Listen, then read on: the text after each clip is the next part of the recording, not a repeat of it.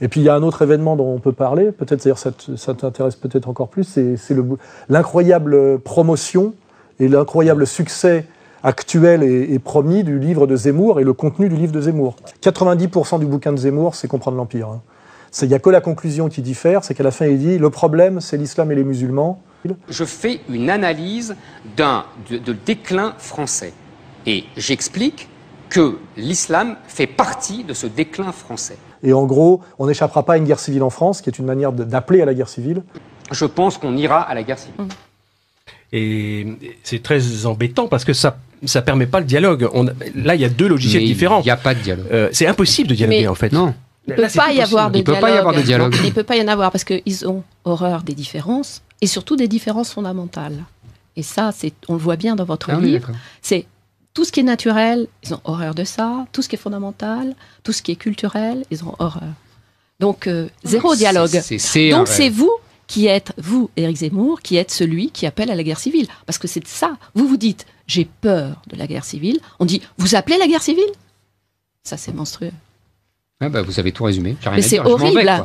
Non, parce qu'on a bien l'intention de vous garder encore. Oui, mais on peut c'est dire... fou. Oui. L'histoire de la guerre civile, c'est quand même très très grave comme sujet. Et je trouve qu'ils le prennent avec beaucoup de légèreté. En réalité, vous dénoncez la violence, donc vous êtes violent. Voilà. Vous êtes le médecin qui a indiqué qu'il y a un cancer, donc vous êtes, mais il y a le méchant. Ça doit être une constante française, parce qu'il y a une vieille phrase de Chamfort, avant la Révolution, qui dit en France, on prend, je crois que c'est on prend soin, le mot, mais je ne suis pas sûr. On prend soin des gens qui mettent le feu, et on brûle ceux qui sonnent le tocsin. Et on persécute, ça je suis sûr du verbe, on persécute ceux qui sonnent le tocsin. Donc vous voyez, c'est un grand classique français. C'est un grand classique humain. Il y a une autre façon de présenter... On ne peut pas supporter. Ces gens-là ne peuvent pas le supporter. Il y a une autre façon de dire les choses aussi à travers une citation de Saint-Augustin, puisque maintenant c'est à la mode de citer Saint-Augustin quand on s'appelle Montebourg. Donc je peux bien le faire. Mais dans la traduction moderne Alors, Saint-Augustin dit qu'on parle de deux sortes de lumière. Il dit nous aimons la lumière qui flatte, mais nous n'aimons pas la lumière qui accuse. Au centre de la lumière qui accuse les traits, qui fait ressortir les reliefs. Vous mettez un projecteur sous le menton de la plus jolie femme, elle n'aime pas ça. Bien sûr. Et au fond, c'est tout de même la même lumière. Et si on aime la vérité, si on cherche à poursuivre la vérité, on devrait aussi accepter la lumière qui fait ressortir, qui accuse. Ça, ce n'est pas possible parce que dans la doxa contemporaine, il n'y a pas la vérité. Oui. Il y a des vérités. C'est ce que vous avez dit à la Duhamel hier. C'est pour ça que je vous dis ça. Ça m'a frappé qu'ils me disent ça. C'est fou, ça. Absolument. Revenons à Jean-Marie Le Pen. Quand il commence à délirer sur du rafour crématoire, les chambres à gaz, le point de détail, le bon comportement de l'armée allemande pendant l'occupation, les fournées au sujet de Ben Guigui, qu'est-ce que vous faites? Vous lui donnez une tisane et un petit cachet ou... mais je vais vous dire. Mon sujet, j'ai entendu votre accroche là. Les liaisons dangereuses avec le Front National, c'est pas mon sujet, le Front National. Comprenez-moi bien. Je ne fais pas. Mais c'est notre sujet aujourd'hui parce que vous êtes. Mais moi, je suis pas votre pensée, elle est incroyablement proche aujourd'hui de celle de Marine Le Pen. Non, mais moi, ma pensée, elle n'est proche de personne. C'est votre sujet, ce n'est pas le mien. Je ne suis pas obligé de rentrer dans votre sujet. Oui, mais je vous pose des questions en attendant. Mais vous avez vos questions, j'ai mes réponses, comme disait Georges Marchais. Donc Jean-Marie Le Pen, quand il fait ses déclarations, qu'est-ce que vous en pensez? Mais il dit ce qu'il veut. Mais je n'en ai cure des déclarations de Jean-Marie Le Pen. J'ai pas écrit un livre de 540 pages, 3 ans de travail, pour commenter les déclarations de Jean-Marie Le Pen. C'est quand même extraordinaire. Vous avez un livre et vous m'interrogez sur Jean-Marie Le Pen. J'en parle à peine de Jean-Marie Le Pen dans le livre. Est-ce que vous l'avez vu? Vous en parlez, oui, bien sûr, vous en parlez. Sur le point de détail, notamment. Non, oui, le point de détail et 2002. Voilà, mais c'est pas mon sujet. Donc arrêtez de m'interroger sur le Front National et Jean-Marie Le Pen. Je ne répondrai pas. Il y a beaucoup de gens de gauche. Et pourquoi vous répondez pas? Mais je vais vous expliquer pourquoi. Parce que je vous a beaucoup entendu parler du livre. Vous entendez bien que moi, vous recevant 2 mois après la sortie du livre, je ne vais pas vous faire la même interview que quelqu'un qui vous a reçu dès la sortie du livre. Mais je vais vous dire. Donc je vous demande des questions annexes qui vous paraissent annexes en tout cas. Non, vous ne posez pas des questions annexes d'abord. Non, qui vous paraissent annexes puisque vous dites je ne vais pas y répondre. Non. Vous posez la même question qu'on me pose depuis 2 mois. Donc ne croyez pas que c'est parce que vous arrivez après et parce que vous arrivez avant. C'est parce que vous êtes tous formatés pour ça. Vous n'avez qu'une seule question, le Front National. On vous donne un livre de 540 pages, vous faites semblant de le lire et vous posez une question. Lu. Alors là, et vous posez une question. Alors ne posez pas de questions sur le Front National si vous l'avez lu. Il y a 10 000 sujets. Dans ce cas-là, vous allez passer 5 minutes sur le Front National. Ce n'est pas le sujet. Il y en a un autre qui commente votre livre, qui s'appelle Alain Soral, que vous connaissez bien. Vous avez déclaré être d'accord sur des tas de points avec Soral, national-socialiste, antisémite, révisionniste, qui a été encore condamné vendredi dernier. Des tas de points d'accord avec Alain Soral, lesquels? Vous me faites de la peine. Je suis désolée de vous faire de la peine. Vous me faites de la peine parce que vous faites on m'avait dit que vous étiez plus futé que les autres, mais je vois que vous êtes comme les autres. Et c'est assez lamentable pour vous. Ah bon? Voilà. Oui, absolument. C'est lamentable. Je vous pose des questions qu'elles vous dérangent pas. Je vous demande juste d'y répondre. Vous posez des questions stupides. Parce que je suis une femme. Sans doute. C'est ça, si vous le pensez.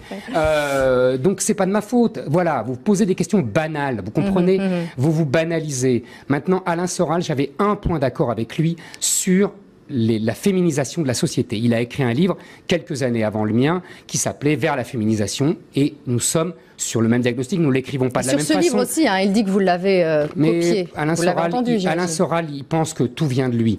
Il pense que tout le monde le pille et que toute pensée un peu irrévérencieuse et iconoclaste vient de lui. C'est son problème, c'est pas le mien. Voilà, encore une fois, ce n'est pas le sujet, ce n'est pas dans le livre. Mais une fois de plus, vous posez des questions à côté du livre. Je pose des questions à partir de personnes qui ont commenté votre livre. Par exemple, Marine Le Pen, hier, que vous le vouliez ou non. Je me moque des personnes qui ont commenté mon livre.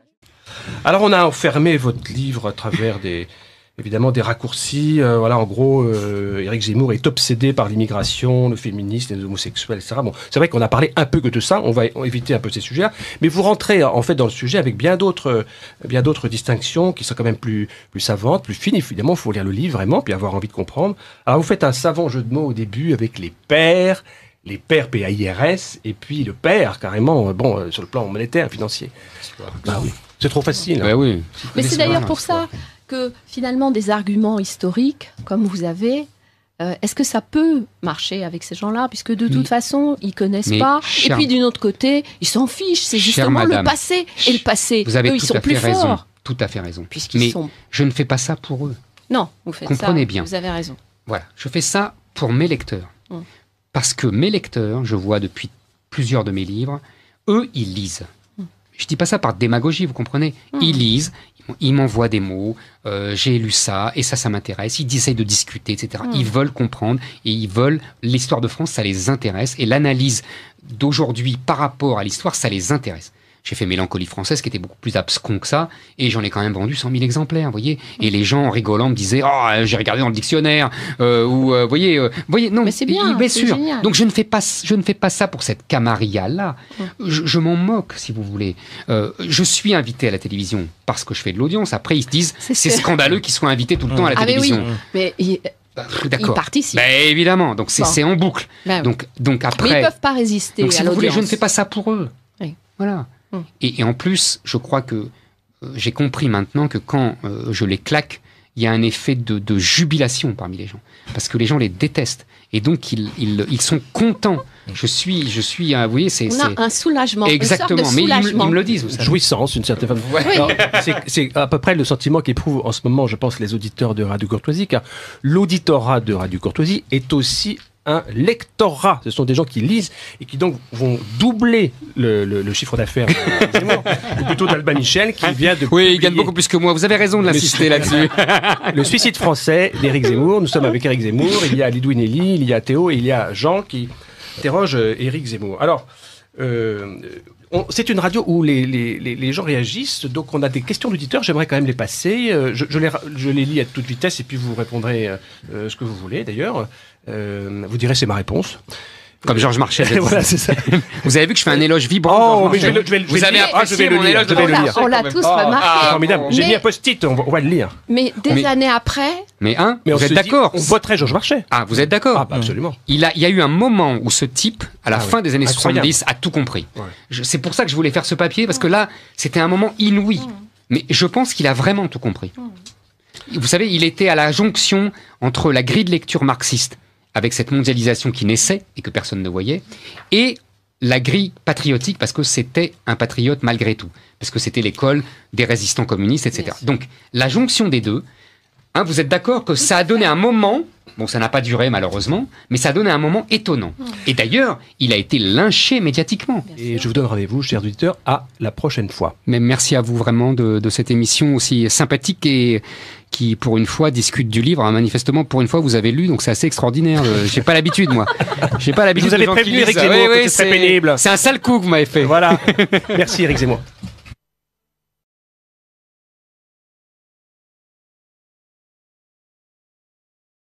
Et puis il y a un autre événement dont on peut parler, peut-être d'ailleurs ça t'intéresse peut-être encore plus, c'est l'incroyable promotion et l'incroyable succès actuel et promis du livre de Zemmour et le contenu du livre de Zemmour. 90% du bouquin de Zemmour, c'est Comprendre l'Empire. Il n'y a que la conclusion qui diffère, c'est qu'à la fin il dit « Le problème, c'est l'islam et les musulmans ».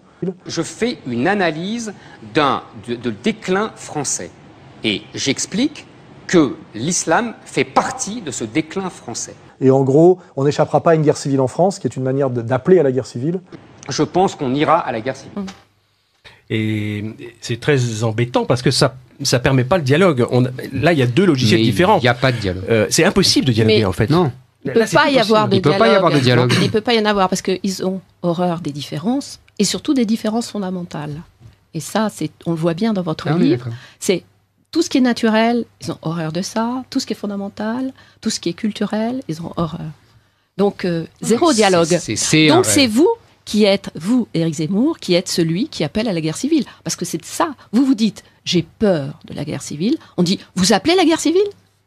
Ça, c'est monstrueux. Ah bah, vous avez tout résumé. Mais c'est horrible. Non, parce qu'on a bien l'intention de vous garder encore. Oui, mais on peut c'est dire... fou. Oui. L'histoire de la guerre civile, c'est quand même très très grave comme sujet. Et je trouve qu'ils le prennent avec beaucoup de légèreté. En réalité, vous dénoncez la violence, donc vous êtes violent. Voilà. Vous êtes le médecin qui a indiqué qu'il y a un cancer, donc vous êtes, mais il y a le méchant. Ça doit être une constante française, parce qu'il y a une vieille phrase de Chamfort, avant la Révolution, qui dit en France, on prend, je crois que c'est on prend soin, le mot, mais je ne suis pas sûr. On prend soin des gens qui mettent le feu, et on brûle ceux qui sonnent le tocsin. Et on persécute, ça je suis sûr du verbe, on persécute ceux qui sonnent le tocsin. Donc vous voyez, c'est un grand classique français. C'est un grand classique humain. Il y a une autre façon de présenter... On ne peut pas supporter. Ces gens-là ne peuvent pas le supporter. Il y a une autre façon de dire les choses aussi à travers une citation de Saint-Augustin, puisque maintenant c'est à la mode de citer Saint-Augustin quand on s'appelle Montebourg. Donc je peux bien le faire. Mais dans la traduction moderne Alors, Saint-Augustin compare les deux sortes de lumière. Il dit nous aimons la lumière qui flatte, mais nous n'aimons pas la lumière qui accuse. Au centre de la lumière qui accuse les traits, qui fait ressortir les reliefs.